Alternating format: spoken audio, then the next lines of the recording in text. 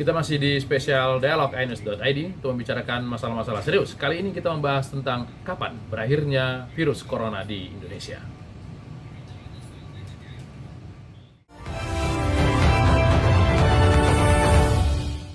Kalau kemudian pemerintah sudah menyatakan ini bencana nasional, artinya sebetulnya mereka menyadari bahwa ini korban ini sudah sangat banyak atau impact-nya nantinya akan banyak menimbulkan korban. Betul. Jadi satu pihak status bencana nasional sebenarnya mempermudah pemerintah pusat untuk bertindak. Tapi di dalam struktur yang diciptakan saat ini tidak terlalu jelas bagaimana nilai tambah sebelum ditetapkan sebagai bencana nasional. Saya pikir memang seperti yang dikemukakan Mas Dono ataupun Mas Panji, di dalam konteks saat ini kita bisa bilang bahwa susah mendapatkan respon yang ideal dan di mana-mana kita nggak berharap ada perfect response. Tapi minimal kita berharap semacam respon yang lebih kalkulatif. Jadi terkait pertanyaan soal status bencana saat ini dan respon yang dilakukan, ini kan work in progress, tapi memang cukup unik sebenarnya dalam studi-studi bencana, karena keputusan yang dibikin itu kalau besok rasanya lain, gitu. Jadi kurang antisipatif sebenarnya. Kurang, ya mungkin untuk sekian dulu untuk. Sebegitu pentingkah siapa yang menjadi komandan itu?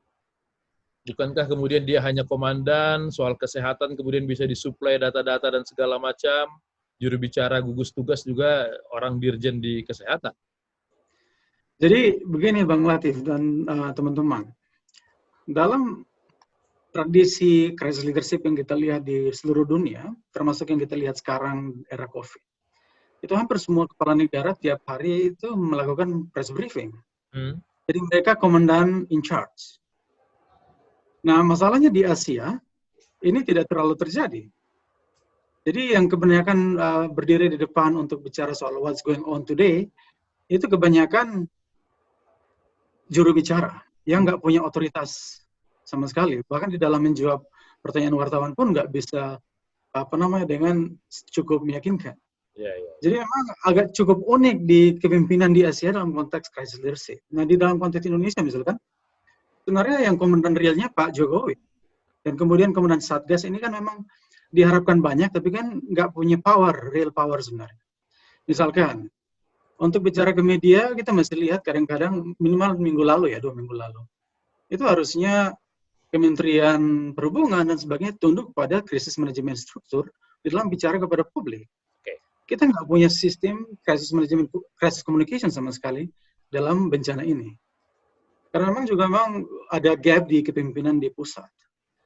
Walaupun memang yang saya tadi bilang bahwa kita nggak sendirian, India pun begitu. Orang-orang kebingungan bagaimana menjelaskan leadership di Asia, kenapa nggak muncul kepala negaranya dalam membuat briefing corona setiap hari.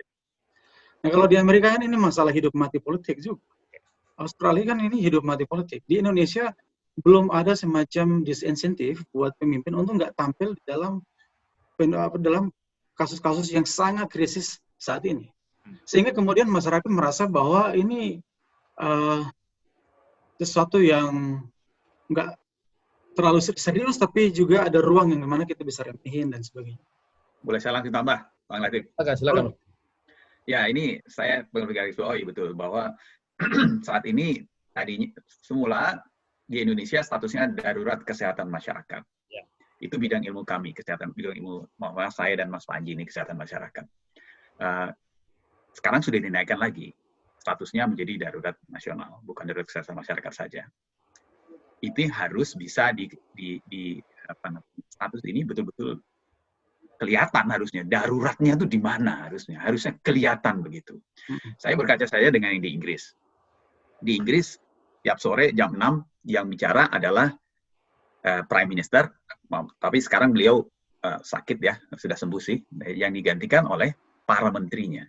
Para menteri yang ditunjuk satu saja dan didampingi oleh 2 orang, yaitu biasanya Chief Scientific Officer dan Chief Medical Officer. Itu memberikan message kepada masyarakat bahwa ini loh, dari sisi politiknya, dari sisi presiden kan politik mau nggak mau ya, politik. Tapi juga ada pandangan dari sisi scientific dan ada pandangan dari sisi medical. Ya. Masuk semua. Dan message-nya nggak macam-macam. Message-nya cuma sederhana. Stay at home, di rumah saja. Kedua, protect the NHS, sistem pelayanan Inggris namanya NHS. Dan ketiga, save life. Itu saja. Diulang. Nggak usah pakai polisi di luar. Anda kalau ke Inggris di luar nggak ada polisi, nggak ada jagain. Tapi jalanan udah sepi. Karena message-nya clear. Simple, tegas, lugas, konsisten.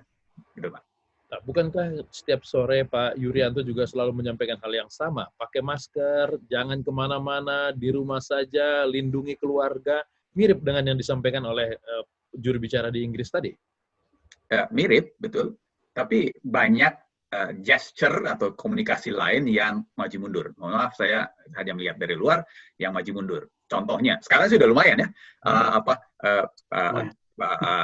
Mudik sudah tidak ada. Kereta sudah ditutup. Pesawat, ini kadang-kadang kami bingungin.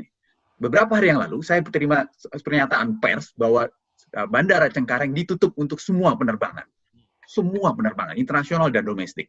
Kawan saya mau berangkat dari Manchester ke Indonesia, saya telepon. Waktu di masih airport, Jakarta tutup, jangan pulang, lo takut stranded. Iya.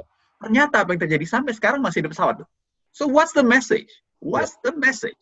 Iya. Mungkin ini yang disampaikan Jonathan tadi, bahwa institusi-institusi lain tidak tunduk kepada apa yang kebijakan yang diambil oleh gugus tugas terkait dengan kesehatan. Ya, mungkin seperti itu. Tapi juga ada berita-berita lain kan yang agak sedikit distracting lah. Bukan distracting. Message-nya apa? Message-nya harus simple, konsisten, tegas. Tegas aja. Jangan maju, mundur. Buat mudik boleh nggak? Ojol boleh beroperasi nggak? Dan sebagainya. Oke. Saya ke Mas Panji. Mas Panji, ketidaktegasan seperti ini, apakah ini kemudian membuat angka R tadi itu susah kita turunkan? Oh iya, jelas. Jadi ini yang tadi Bang Jonathan sampaikan ya, responnya bukan saja tidak tegas, tapi tidak kalkulatif dan tidak antisipatif ya. Mungkin saya mohon dikoreksi nih Bang Jonathan. Ini sama statusnya bencana ya, bencana non-alam. Tapi ada perbedaan dengan bencana-bencana yang alam yang biasa kita hadapi. Misalnya katakanlah banjir, gunung meletus begitu ya. Kalau banjir, gunung meletus, agak susah diramalkan, tapi tiba-tiba terjadi, boom, gunung meletus.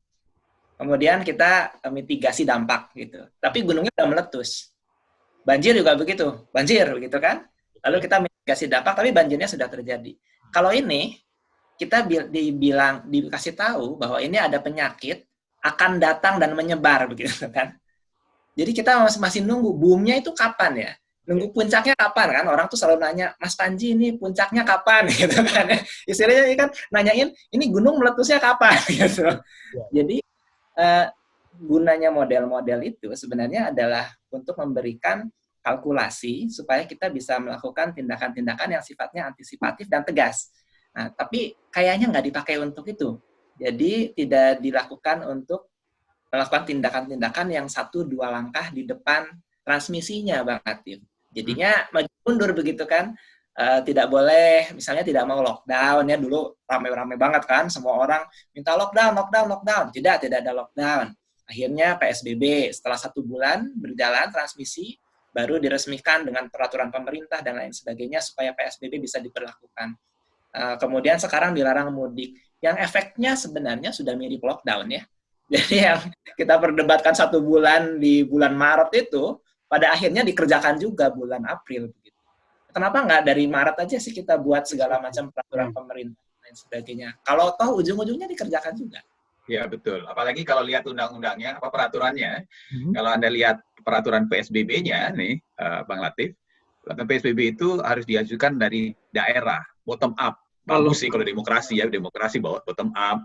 Artinya daerah harus menyediakan data, menyediakan analisis kesiapan dan sebagainya, harus tunggu berapa lama di-approve oleh Kementerian Kesehatan dan seterusnya. Saya bicara dengan beberapa teman di daerah.